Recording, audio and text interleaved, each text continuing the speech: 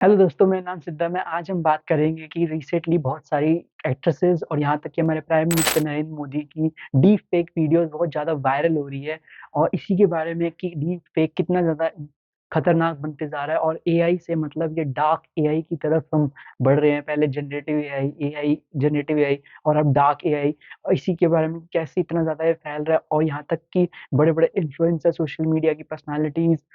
TV actresses, stars और यहाँ तक कि हमारे प्राइम मिनिस्टर तक को भी नहीं छोड़ा इसने। उसी के बारे में चर्चा करेंगे क्योंकि ये बहुत ही ज़्यादा इंटरेस्टिंग और एक केस स्टडी होने वाली है कि कैसे डीप फेक्स इतने ज़्यादा वायरल और कैसे-कैसे इसका प्रोसेस क्या है, पूरी टेक्निकलिटीज़ क्या है, क्या इसके बेनिफिट्स और क्या इसके डिमेरिट्स, सारा कुछ बात करेंगे। अगर आप मेरे चैनल पे पहली बार आए तो please subscribe to my channel, also like, comment और कोई भी सजेशन है नए टॉपिक का वो भी आप कमेंट्स में लिख सकते हैं। अगर सबसे पहले बात करें तो रश्मिका मंदाना जो एक्ट्रेस है उनकी वीडियो वायरल हुई और वो बेसिकली उनका फेस स्वैप था किसी और के साथ और वो थी एक इंडियन ब्रिटिश सिटीजन जिनका नाम था ज़ारा पटेल, वो भी एक इन्फ्लुएंसर थी, उनके साथ उनका फेस स्वैप था और इतनी ज़्यादा वो इनएप्रोप्रिएट वीडियो थी लेकिन वो वायरल हुई यहाँ तक कि दोनों को, यहाँ तक कि रश्मिका मंदाना जो हमारी इंडियन एक्ट्रेस है और वहाँ के जो इन्फ्लुएंसर है ज़ारा पटेल, उन दोनों को इतना ज़्यादा बॉडी शेमिंग और पता नहीं क्या-क्या उतना गुज़रना पड़ा और सब ने बोलता है कि काफ़ी डेंजरस है। और शुरुआत में तो लगा कि ये बिल्कुल ही ओरिजिनल है बट बाद में इसका पता चला कि इतनी ज़्यादा मतलब आप बता ही नहीं सकते फ़र्क कि ये ओरिजिनल है या डीप फेक है या एआई के थ्रू ये बनाई गई है। लेकिन वो पता चल गया और उससे पता चला कि कितना ज़्यादा ये एआई एक डीप फेक मतलब इतनी ज़्यादा वायरल हो गई। और यहाँ तक कि उसके बाद कुछ ही दिन के बाद कैटरीना कैफ, यहाँ तक कि काजोल एक्ट्रेस, उनका भी डीप फेक वीडियो वायरल होता चला गया और फिर लेटेस्ट हमारे प्राइम मिनिस्टर नरेंद्र मोदी, आलिया भट्ट तक का वीडियो वायरल हो चुका है डीप फेक दोबारा से। तो इस और वो भी काफ़ी इनएप्रोप्रिएट और जैसे नरेंद्र मोदी ने अपनी मन की बात में बोला था कि ये धर्म संकट मतलब it's a very big concern that deepfakes are spreading like wild fires. तो इससे पता चलता है कितना ज़्यादा ये हैरानी परेशानी वाली बात है। और यहाँ तक कि उसके बाद ही इम्पोर्टेंट मीटिंग्स हुई अलग-अलग सोशल मीडिया प्लेटफ़ॉर्म के साथ, जो एआई कंपनीज़ है इंडिया में ऑपरेट कर रही है उनके साथ भी, कि उनको 7 डेज़ के अंदर जितना भी क्या-क्या उसके प्रोसेस है, क्या-क्या आप क्या-क्या एक्शन ले सकते हो अगर मान लो किसी की भी डीप फेक वीडियो वायरल हो जाती है, तो क्या आप क्या एक्शन क्या कैसे उसको कोई मैकेनिज़्म है आपके पास सोशल मीडिया प्लेटफ़ॉर्म्स के पास उनको स्टॉप करने के लिए या नहीं? और इसी पे और ज़्यादा रेगुलेशंस बहुत ही जल्द आप देख सकते हैं, यहाँ तक कि पॉलिसीज़ में भी ये आएगा, साइबर सिक्योरिटी, साइबर फ्रॉड्स और यहाँ तक कि अब डीप फेक भी ऐसा होते जा रहा है। बेसिकली ये क्रिएटिव और एंटरटेनमेंट पर्पसेज़ के लिए थी लेकिन अब इसका कोई और ही यूज़ में हो रहा है। और अगर इसकी सबसे पहले ओरिजिन या हिस्ट्री की बात करें तो किसी को भी नहीं पता कि डीप फेक बनाया किसने, क्योंकि बोलते हैं सबसे पहले फेस स्वैप की बहुत ही बेसिक वीडियो सामने आई थी 2017 में। एक कोई रेडिट जो ऑनलाइन प्लेटफ़ॉर्म है चैटिंग का और आप न्यूज़ शेयर बहुत सारी चीज़ें आप कर सकते हो। वो है तो इंटरनेशनल यूएस का लेकिन इंडिया में भी है और वो वहीं पे एनोनिमस यूज़र था, किसी को नहीं पता। लेकिन एक डीप फेक वायरल हुई, इसने बोला मैं डीप फेक हूँ एंड वो वायरल हुई और उसपे सबसे पहले फेक स्वैप 2017 में स्टार्ट हुआ था। और इसके बेसिकली 3 टाइप्स होते हैं, फेस स्वैप जो बहुत ही कॉमन है, उसके बाद आपका facial expressions and attributes change हो सकते हैं। मतलब आप बिल्कुल फ़र्क बता नहीं सकते कि ये असली है या ये नकली है या डीप फेक है और ये रियलिटी में कोई बंदा सही में जैसे मैं अभी एक्सप्रेशंस के साथ आपको ये बता रहा हूँ, तो वैसे हो रहा है। और तीसरा होता है सबसे खतरनाक और बहुत ही ज़्यादा एडवांस फेस सिंथेसिस, मतलब पूरा का पूरा रियल फेक। ये एक बिल्कुल ही आदमी रियल या एक कोई भी लेडी सब कुछ रियल होगा और वो हकीकत में रियलिटी में एग्ज़िस्ट ही नहीं करता होगा, मतलब नॉन एक्जिस्टेंट। ऐसे बहुत सारे केसेस हुए हैं जहाँ पे यूएस में जब वो फ्रॉड्स की बात आई तब उन्हें लगा, तब जब पुलिस और बाकी एजेंसीज़ ने इसको नेविगेट करा, पूरी तरीके से प्रोसेस करा, इन्वेस्टिगेशन करा इतना लंबे चौड़े, तब पता चला कि ये तो नॉन एक्जिस्टेंट पर्सन है, मतलब ये कोई है ही नहीं हकीकत में। लेकिन इसका सब कुछ ऑनलाइन पे अगर आप प्रेज़ेंस देखोगे तो ऐसा लगेगा कि ये बिल्कुल सही में है, मतलब एक ओरिजिनल पर्सन और इतना ज़्यादा एक्टिव यूज़र है सोशल मीडिया पे। तो उसी पे पता चलता है कितना ज़्यादा खतरनाक है डीप फेक और फेस सिंथेसिस जो इसका थर्ड टाइप है। और बेसिकली अगर इसकी टेक्निकैलिटीज़ या प्रोसेस में जाएँ तो इसमें एनकोडर और डिकोडर की मदद से ये जनरेट होता है। और बेसिकली जैसे हमारे आर्टिफ़िशियल न्यूरल नेटवर्क्स के थ्रू, जैसे कि हमारे न्यूरल नेटवर्क्स होते हैं ब्रेन में, ताकि वो प्रोसेस करते हैं, अंडरस्टैंड करते हैं, हम कोई भी चीज़ को पढ़ते हैं, उसको समझते हैं, उससे पता चलता है न्यूरॉन्स ट्रांसमिट करते हैं। ऐसे ही इसके भी ब्रेन होता है जो बेसिकली बोलते हैं कि मशीन लर्निंग, मतलब वो एक नॉन एक्जिस्टेंट, नॉन लिविंग बीइंग है वो। लेकिन वो सीखती है, जैसे हम चीज़ें सीखते हैं अपने मम्मी-पापा के थ्रू, टीचर्स के थ्रू, फ्रेंड्स, फैमिली मेंबर्स, चीज़ें पढ़ते हैं, हम बुक्स पढ़ते हैं, न्यूज़पेपर्स पढ़ते हैं, बहुत सारी चीज़ें पढ़ते हैं, उससे हम प्रोसेस करते हैं इन्फॉर्मेशन को, स्टोर करते हैं और उसी से हम आगे थ्रू पास होते हैं। लेकिन वो ये मशीन लर्निंग जो कि एक नॉन लिविंग एंटिटी है, वो सीखती है डेटा और एल्गोरिथम से और उसी के थ्रू वो आर्टिफिशियल न्यूरल नेटवर्क्स बनाती है अपने, और उसी में एनकोडर होता है, डिकोडर होता है। एनकोडर मतलब जब भी कोई इमेजेस होती है उसके वो बहुत ही ज़्यादा स्मॉल पिक्सेल्स को तोड़ देती है और बहुत ही ज़्यादा छोटा-छोटा माइन्यूट डेटा बनाता है जो कि बहुत ही बिट्स में होता है, कई बार बाइट्स में होता है। उनको फिर जोड़ के डिकोडर पूरी तरीके से डिकोड करता है और दोबारा से फेशियल रिकंस्ट्रक्ट करता है। इसमें डिस्क्रिमिनेटर और जनरेटर भी होता है, मतलब कि वो पहले वही जनरेट करेगा और उसके बाद डिस्क्रिमिनेटर का काम होगा कि वो बेसिकली फीडबैक देगा कि क्या इस ये जो फेस स्वैप या फेशियल सिंथेसिस करा है या जो स्पीच पैटर्न, वॉइस पैटर्न्स हैं, यहाँ तक कि आपको बताऊँ वॉइस भी कॉपी हो सकती है, बिल्कुल हूबहू आप बता ही नहीं सकते कि क्या सच है, क्या ये झूठ है या ये बिल्कुल ही ये ओरिजिनल है। तो उससे पता चलता है कि ये सब चीज़ें जनरेटर सीखता है और डिस्क्रिमिनेटर उसके बाद इसको प्रोसेस करता है कितना ज़्यादा ऑथेंटिक और ओरिजिनल है और उसके बाद वो फीडबैक देता है जनरेटर की आपको ऐसे करना है और उसके बाद और ये सब कुछ एक नॉन लिविंग एंटिटी कर रही है, मतलब ये सारा कुछ डेटा एल्गोरिथम्स के थ्रू मशीन लर्निंग सीख के कर रही है। तभी बोल रहे हैं कितना ज़्यादा डेंजरस होता जा रहा है, यहाँ तक कि हम अभी एआई का कुछ 1 साल ही हुआ है, इतनी ज़्यादा आँधी से जो हुआ है और उसी के बीच में डार्क एआई भी चालू हो गया है ताकि इतना ज़्यादा डेंजरस होते जा रहा है और इससे पता चलता है कि यहाँ तक कि ऋतिक रोशन की भी एक बहुत फ़ेमस ऐड आई थी ज़ोमैटो के लिए, तो उनको यही बोलते हैं कि उसमें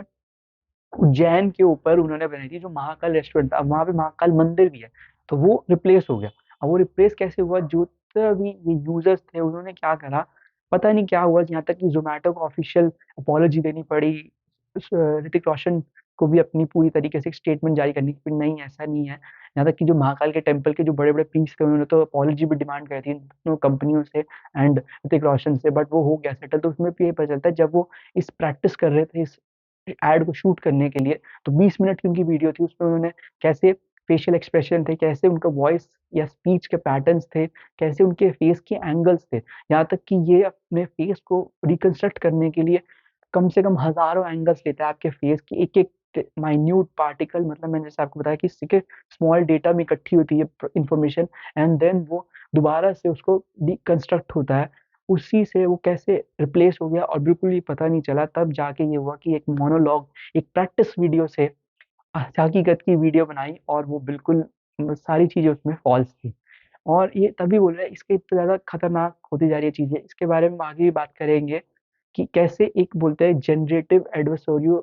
नेटवर्क, मतलब कैसे ये एक टूल या एडवर्सरी की यही चीज़ें सीखता भी है बाकी मशीन लर्निंग और इनको थ्रू जीएएन या जीएटी बोलते हैं और कैसे ही वो डिकंस्ट्रक्ट करता है, वो फीडबैक लेता है। जितनी भी अगर एक वीडियो मान लो आप वायरल होती है, उसके बारे में जितने भी लोग फीडबैक दे रहे हैं कि क्या ये असली है, क्या ये नकली है, कितना ज़्यादा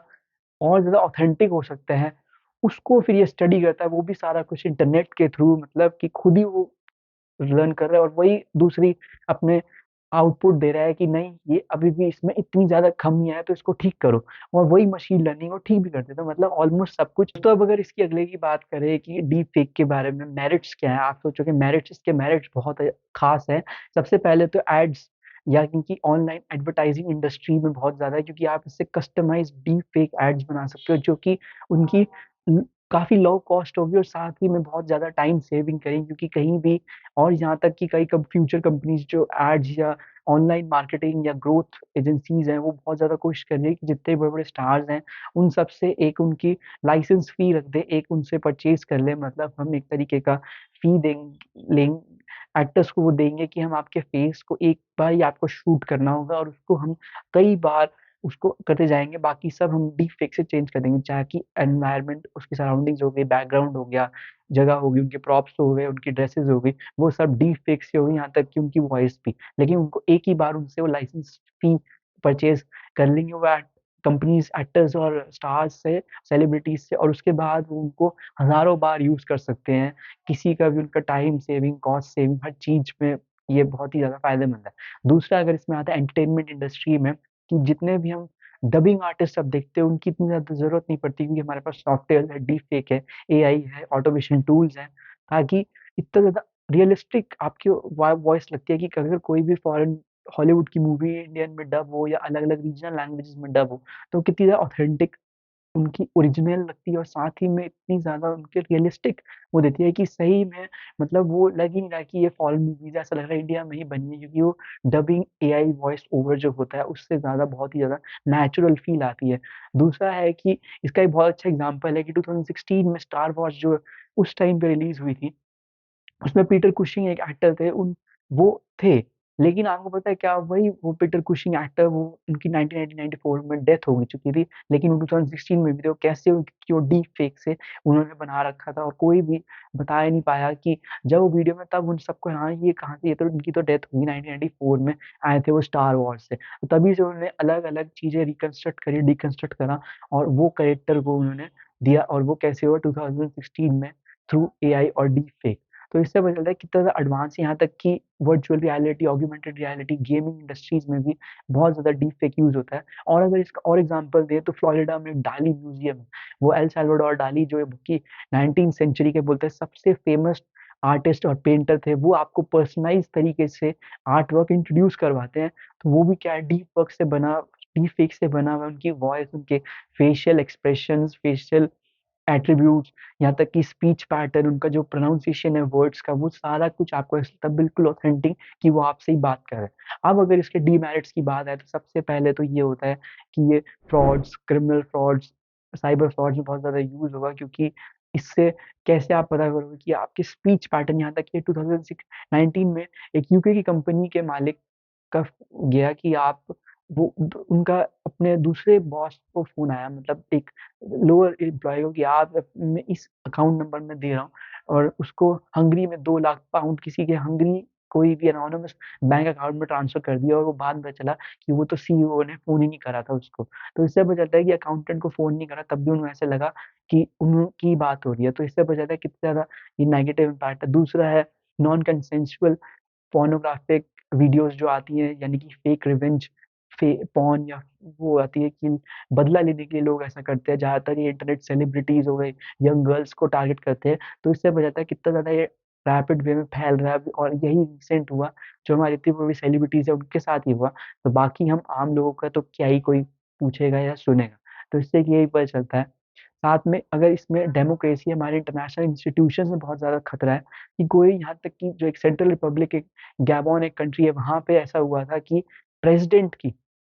वीडियो वायरल हुई और वो डीप फेक थी। उन्होंने कितनी सारी अलग-अलग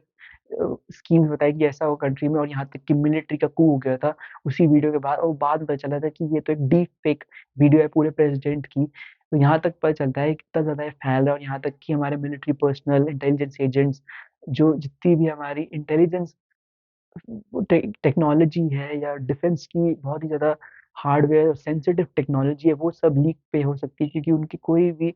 निकाल सकता है फेस को यूज़ करके, स्पीच को यूज़ करके, कोई भी आपकी चोरी हो सकती है, कोई भी डेटा लीक हो सकता है, इतना ज़्यादा मिसमैनेजमेंट हो सकता है इन वीडियो क्योंकि इतना टाइम नहीं होता कि आप इनकी पहले वीडियोज़ की ऑथेंटिसिटी से चेक करो, उसके बाद आप इन पे काम करो। तो तभी बोलते हैं कि ये कितना ज़्यादा डेंजरस होता जा रहा है और इतना ज़्यादा रिस्की है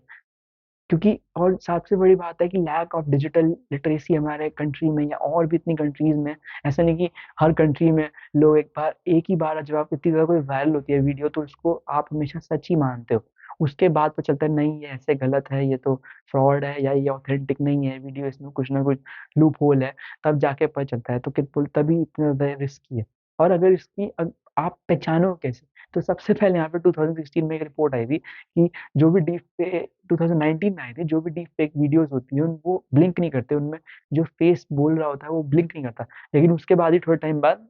डीप फेक ने सीख लिया खुद ही एआई ने और ब्लिंक करने लगा। यहाँ तक कि हेयर आप स्टैटिक होते हो, तो भी आप बता सकते हो। बहुत ही ज़्यादा स्ट्रेंज लाइटनिंग इफ़ेक्ट्स होता है और कई जगह डिस्कलरेशन होती है स्किन पे, तो उससे भी और साथ में जो इ ईयर्स होते हैं, या तो अगर गर्ल्स के होंगे, तो बहुत ही ज़्यादा डिफरेंट इयररिंग्स होंगे, साथ में जो बॉयज़ होगा या मेन की होगी वीडियो, उसमें बहुत ज़्यादा उनका साइज़ वेरी करेगा ईयर्स का, तो उससे भी आप पहचान सकते हो। अगर बाकी सॉल्यूशंस की बात करें तो सॉल्यूशंस के कोई भी ठोस पक्के नहीं हैं क्योंकि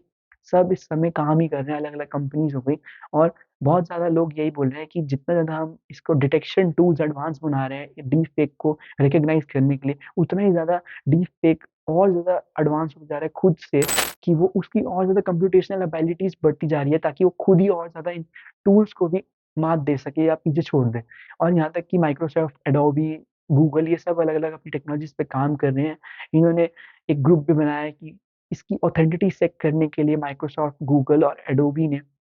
कि जब भी आपको इमेज या वीडियो दिखते हो उसपे ऑथेंटिसिटी क्रेडेंशियल्स आते हैं कि जब आप उसपे क्लिक करोगे तो उसकी सारी इन्फॉर्मेशन आ जाएगी। कब ये किसने बताई, किसने खींची, कहाँ पे खींची, इसकी लोकेशन, इसका टाइम, इसकी ऑथेंटिसिटी पूरी चेक हो जाएगी। तो उससे भी एक ये भी बहुत है। दूसरा एक इंटेल का डीप फेक कैचर टूल है, यानी कि उसको बोलते हैं फेक कैचर, वो बहुत ही ज़्यादा एडवांस लेवल पे है और उसको वो और एडवांस कर रहे हैं कि वो वीडियोज़ या फ़ोटोज़ को ब्लड स्पॉट करता है, मतलब ब्लड फ्लो को स्पॉट करता है, ताकि ये बड़ा ही एडवांस्ड और ट्रस्टी टेक्नोलॉजी है कि इसमें क्या होता है कि जब जितनी भी हम बात कर रहे होते हैं वीडियोज़ में, स्किन को वो बहुत ही ज़्यादा उसपे पिक्सेल्स को देखता है कि कैसे ब्लड वेसल्स में मूव कर रहा है, उससे वो रिकॉग्नाइज़ करता है कि क्या ये डीप फेक वीडियो है या नहीं। क्योंकि डीप फेक में कुछ भी नहीं होगा, लेकिन ओरिजिनल में सब होगा। उसकी स्किन का कलर कैसे बदल रहा है, कैसे वो सारी चीज़ें वो पिक्सेल्स के थ्रू स्टडी करके बताएँगे, और पिक्सेल्स को स्टडी करेंगे वो ब्लड फ्लो या ब्लड स्पॉट्स से। तो वो बहुत ज़्यादा रियल होगा और इतना ज़्यादा ऑथेंटिक होगा। बाकी हमारी गवर्नमेंट्स को या अलग-अलग बड़ी-बड़ी ऑर्गनाइज़ेशंस को काम करने की यही ज़रूरत है कि बहुत ही ज़्यादा डिजिटल लिटरेसी बनाया जाए, अलग-अलग मीडिया प्रोग्राम्स हो, लेक्चर्स हो, इसके लिए सेमिनार्स हो, वेबिनार्स हो, वर्कशॉप्स हो, और बड़े-बड़े सेलिब्रिटीज़ के साथ इनको कोलैबोरेट करना चाहिए ताकि लोग आके बताएँ, ताकि इम्पैक्ट पड़े। जब बार-बार हम ये देखेंगे, सुनेंगे तो और ज़्यादा हमारे ब्रेन में इम्प्रिंट हो जाएँगी बात, और तब हम और ज़्यादा अवेयर हो सकते हैं इसके लिए। और चाहे रूल्स हो या पॉलिसीज़ हो, एकदम क्लियर कट होनी चाहिए। अभी भी कोई रूल्स या पॉलिसीज़, सेक्शन आईटी एक्ट है उसमें 66, वो भी पूरी तरीके से बताता नहीं है, क्योंकि डीप फेक वर्डिंग है ना, तो क्या ही किसी लॉ या रूल में हम देखेंगे। तो उससे पता चलता है, क्योंकि सोशल मीडिया प्लेटफ़ॉर्म्स की भी एक ज़िम्मेदारी बनती है कि और ज़्यादा आपको ट्रेन करना पड़ेगा अपने एल्गोरिथम्स को, डेटा को, कि ऐसी वीडियो वो पहले से ही आने लगे तो वो डिटेक्ट हो जाए, या उसका कोई ना कोई सिस्टम उन्हें करना पड़े। तो देखते हैं आगे कैसे होगा, कैसे गवर्नमेंट इस पे प्लान करती है, कितना कोई पॉलिसी या लॉ कुछ लेके आएगा, तो मैं उसके लिए भी अपडेटेड वीडियो लेके आऊँगा। Till then, thank you so much, and also please like, comment and share my video and subscribe to my channel. Thank you.